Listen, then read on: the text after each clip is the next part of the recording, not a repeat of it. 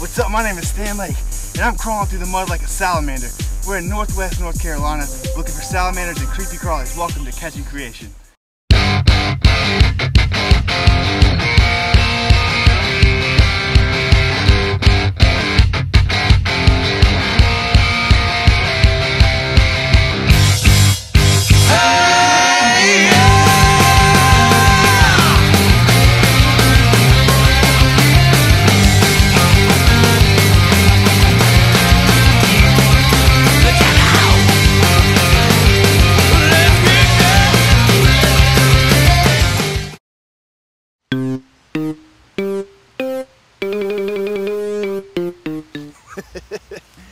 Alright, so check this animal out. This is a really cool animal. If you notice, he is bright red. So in a lot of cases, that means he's poisonous, or at least he's got a bad taste. Now you're asking yourself, what is this animal? Well, I'm going to tell you, hold on. This is a red eft. It's the eastern spotted newt, and the life cycle that he's in is called an eft phase. He starts out as an egg, and then he turns into an aquatic larvae. After he's an aquatic larva, he crawls out of the water as this guy, and then he spends 3 to 7 years on dry land as a terrestrial eft. And then after that time, his body changes again a little bit. His tail will flatten out and become somewhat like a paddle or a rudder. His color will actually change. He'll become more of an olivey green, brown color, so not quite as pretty. And then I'll drop him, but it's okay because I got him back. And then he'll become an adult in the water, and that's where they breed, and that's where their life cycle begins and ends. And he's cool. If you think about even a story that we can relate to him, it's kind of like the prodigal son. It starts out as one thing. He starts out, you know, he starts out in a family, in a kingdom, so to speak, and then he goes off and does his thing on his own, and you know, it's wild and crazy, just like the color of this newt. And then he comes back home to his father, who's waiting with open arms. And like this guy, when he comes back to the water, that's where they exist, that's where they live, they thrive, they breed. So when he's in water or near water, he's always home. And that's the same thing with us. When we're with Jesus or near Jesus, that's when we know that we're actually home in the spirit. Now this guy is just a great animal. Like I said, he is a newt, not a salamander, or not even a lizard. He's a newt. And what he'll do is he'll eat soft-bodied invertebrates. He'll eat crickets and snails and slugs and things like that. And he is just a great animal. So I'm going to let him go and let him crawl on his way. And we will watch him crawl like this.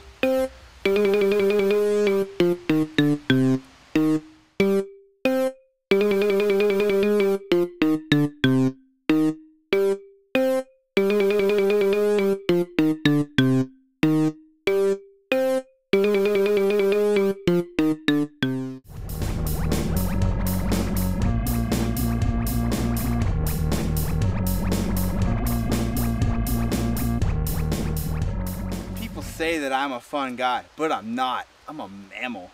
This is a fun guy. It's a mushroom. They grow in the dark, and just like spiritual things, if we do all of our growth in the dark and darkness, we're going to be pretty fragile, and that's pretty much that.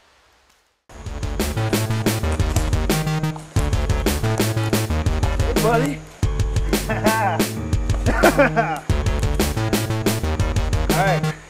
Woo! Don't bite me. Alright. This is a 6 foot, almost, maybe 5 foot, black rat snake. You can tell he's a rat snake and not a racer because he's got this white belly. His head's a little smaller and not as mean looking, although he's being kind of mean. Now this snake is an amazing snake. I say mean, but he's not really that mean. He's just protecting himself. That's what they do. They defend themselves. And the only real predator that he probably has is something like me or a bobcat or a bear. So he has to kind of defend himself and make him look bigger. Now right now what he's doing is he's spraying musk all over me. That's another line of defense that he has. So I'm just keeping him moving in my hands. And he's trying to bite me and I'm not letting him. As you can see with this black snake, as he's trying to bite me, he's flicking his tongue. Now, the reason they do that is because they have what's called a Jacobson's organ in the top of their mouth. And so when they flick their tongue, they're actually tasting particles in the air Come on now, buddy. They're tasting particles in the air so that they can smell kind of what's going on. So it's kind of the way they smell. They taste it by flicking their tongue, and their tongue flicks those particles onto that Jacobson's organ, and that helps them to determine what's around them, what's a threat, what's food. They also have, you know, heat. They can detect heat. That's how they see. They say their eyesight's not that great, but God's given them these other gifts that are even better. So they got the Jacobson's organ. They can detect heat and things like that, so they don't have to rely on their eyesight. Okay.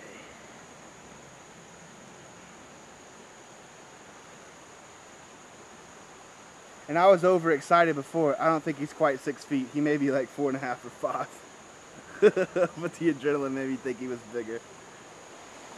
This animal is truly an amazing animal.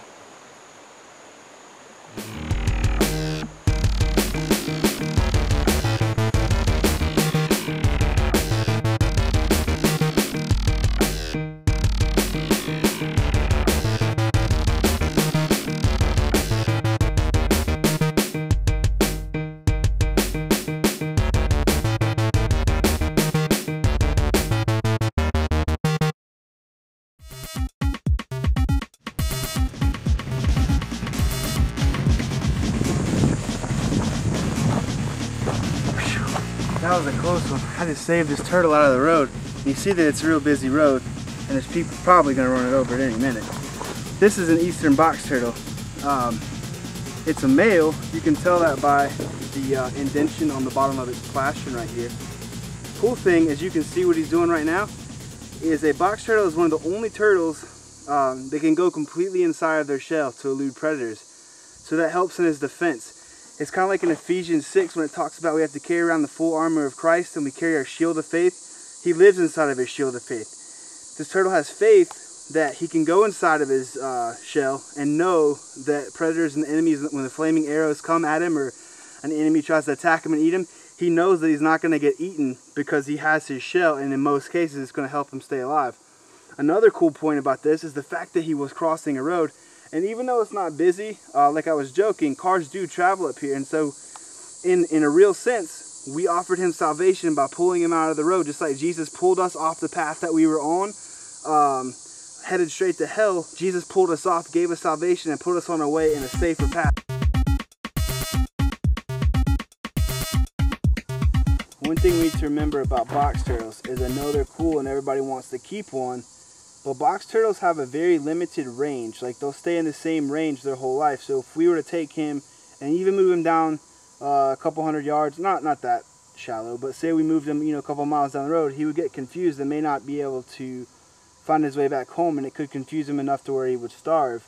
Box turtles their range is depleting right now because of habitat loss. It's just a real factor that we have to live with. So that's why you see them being pushed out into more urban areas. You see them in cities a lot of times because they don't have anywhere to go anymore, because a turtle like this can live over 50 years sometimes, maybe even longer than that. And so he'll keep traveling the same pathways that he's always traveled, and pretty soon roads will be cut through and he'll keep traveling, and you know, maybe he'll get lucky a bunch of times, but then he may get hit. And that's how turtles, their numbers are just declining because of habitat loss. So we need to remember to be good stewards with animals like this, and resist the temptation sometimes to always take them home and keep them. And just remember that if he's traveling in a certain direction, you can help him. Take him off the road. You know, if an adult is with you, take him off the road and just put him on the edge of the road in the same direction so that he can travel on his way. Travel on your way.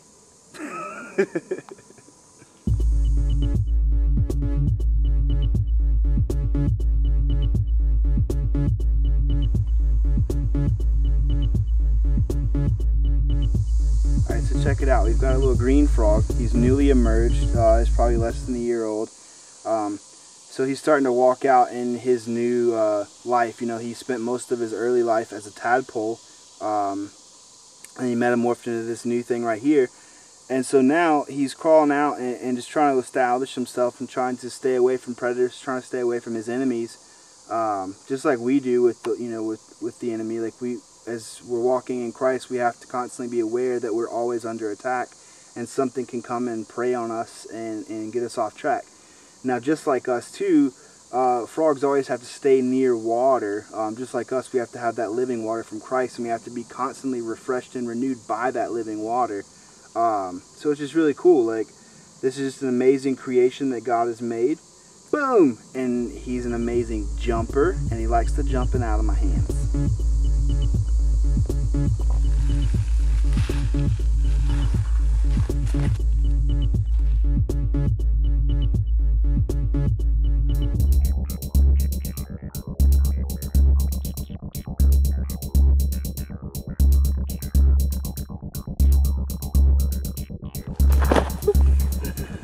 Come here, Mr. Praying Mantis wants to fly away.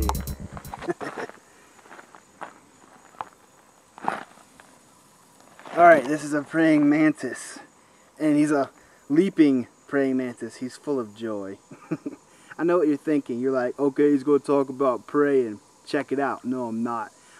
Praying mantis looks like they're always out praying, right? Everybody's like, oh, he's got to be religious. He's got to be good with God, right? But a praying mantis, like this one's probably a female.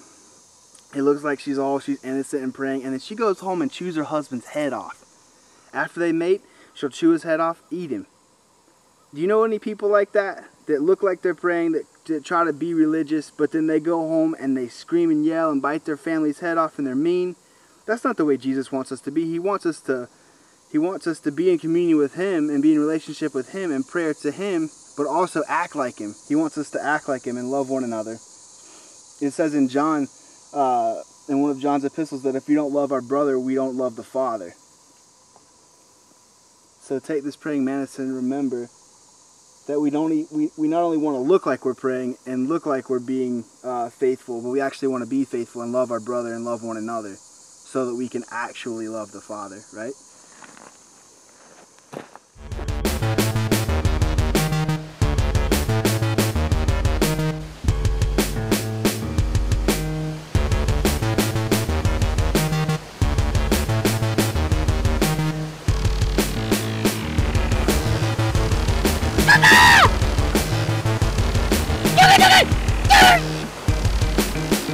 Nobody's home.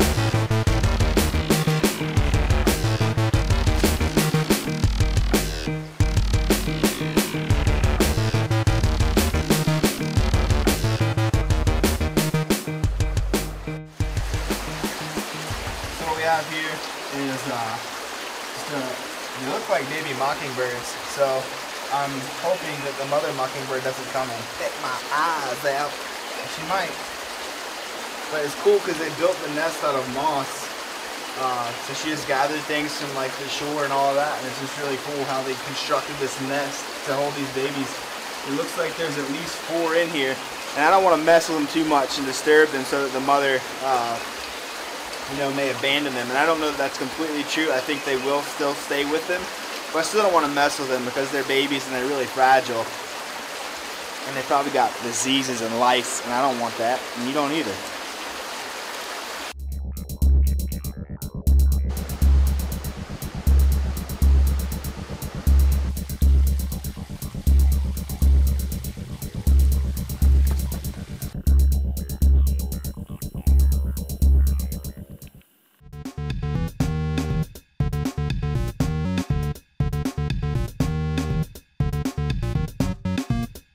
You ask yourself, why in the world did that weirdo just smell that bug? Well, this actually is a millipede.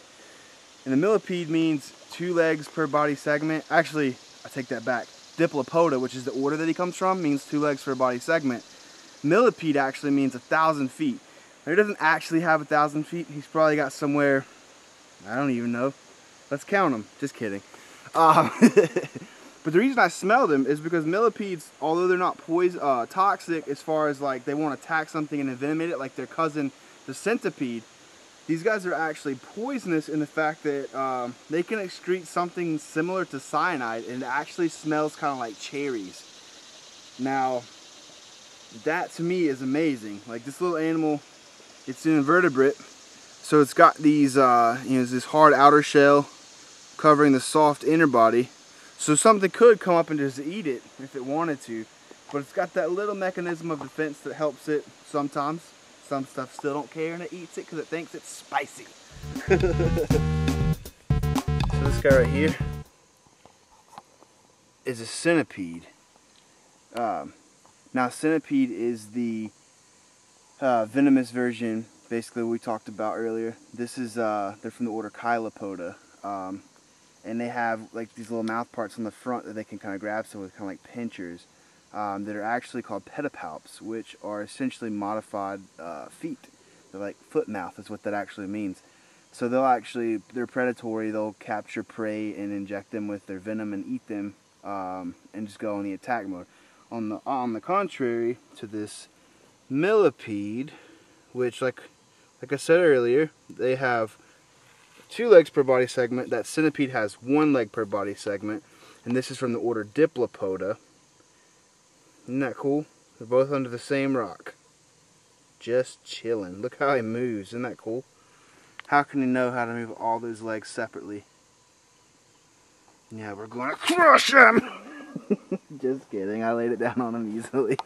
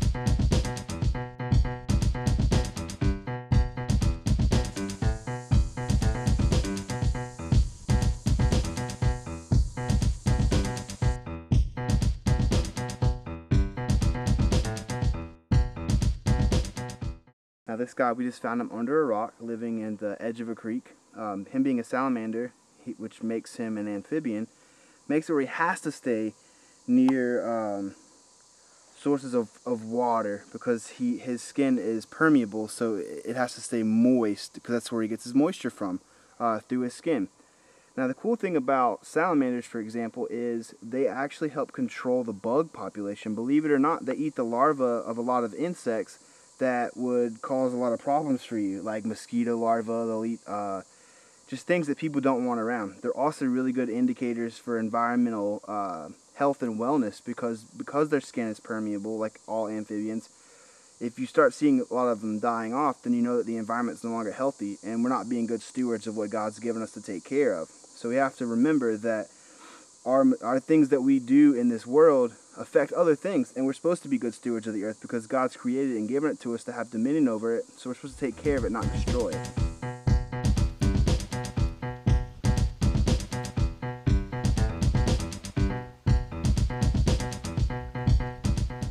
Hey, thanks for watching this episode of Catching Creation. I hope you enjoyed watching it as much as I enjoyed making it.